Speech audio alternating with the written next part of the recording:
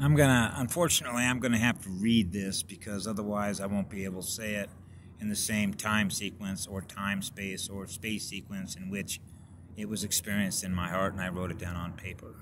That's why I do a lot of writing, and I write to a goddess. I write to Source. I write to everybody that has love in their heart. I write to everybody because that's what happens when I write. It's not that it's necessarily meant for one neurotransmitter to experience through my heart the amount of love that I have to share with everything in the cosmos. But when I write, it flows. And once it flows, it's out, and it's out, and it's out, and it's out. And if I try and rethink it in the exact same sequence in which it came out the first time, it doesn't happen. That's not what a creator being is, okay? Everything is different from the last one. That's the way it works. I described that in a previous video. Anyway, I don't have much memory left on the phone, so I got to get this out. And hopefully you can experience through your heart what it is I'm writing here. Because this is a question for all light workers and light warriors that exist throughout the entire cosmos. Because I think in terms of both students and teachers, because it's all coursework. When you realize you have infinite experiences that you can experience, because that's the nature of your creative imagination. When you realize you have other creative imagination that are experiencing who they are, that they thus project the perception through which they perceive who they are with others, becomes an experience that I get to experience through you. So we measure that on a waveform communication speed through our neurotransmitters. So when we are teachers and students in the cosmos, as a student and teacher, I'm always asking questions based on experiences I am aware of that I don't want to be aware of because I am experiencing something I don't want to experience because that's free will. Because the source of the experience has yet to be resolved. So this is a question for every light warrior. How does Source know it can trust you? You want to tell me that? You want to explain that? I have an answer for myself, but this is not a question for me. This is a question as both a student and a teacher to other light warriors, other light workers, actually everybody in the cosmos. Okay? It can trust you if there is a risk perception, such as, I'm told, operational security in a supercluster. Wow, risk in an entire supercluster. Risk perception. Okay. So that's a risk perception that Source becomes aware of. That a light warrior falls into darkness and begins feeding on me. Okay? Source. Or on another light worker. That's why when I was around 5 or 6 years of age, and I knew to myself to stay in my heart, those are my neurotransmitters, that's the most powerful vortex, I trust no one.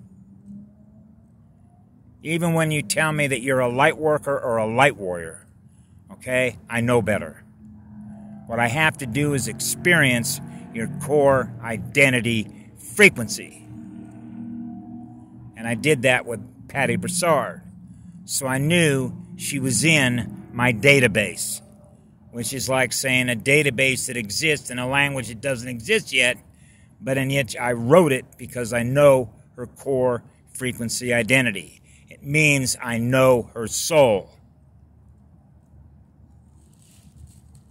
That's why a conversation that I had with her, she was the first soul that I ever met besides my soul that was willing to give up her soul as I was mine in order so that the rest of the universe, okay, if I had a choice between being able to experience what I am and what she is, I'd rather everybody be able to experience what she is than what I am.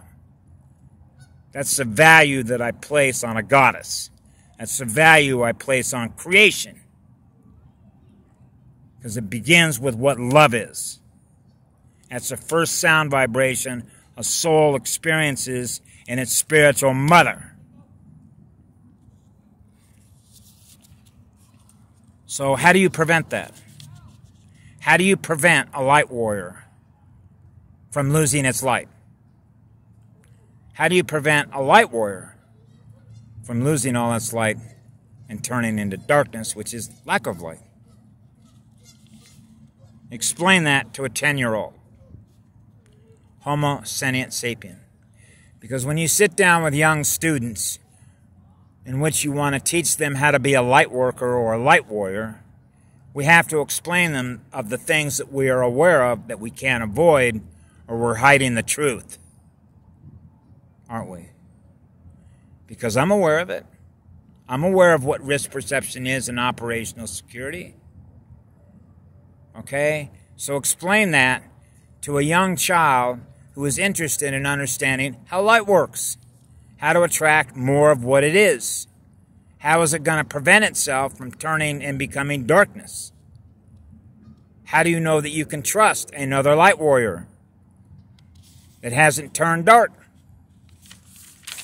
So give her a reason. Give a 10-year-old girl or a 10-year-old boy that we are aware of as living spirit within that light, how to eliminate any risk. How do you eliminate the risk perception that exists within Laniakea that is under operational security? Explain that to a 10-year-old girl. Explain that to a 10-year-old boy. Because once they have a reason and knowledge that that exists, they have a reason to fear what the light is. That it can turn dark. Which means she doesn't trust the light, does she? Now she turns to the dark. Can't trust the dark either. How do you know what to trust? Yourself. The knowledge, the self-knowing what you are. Your ability to burn the hottest furnace.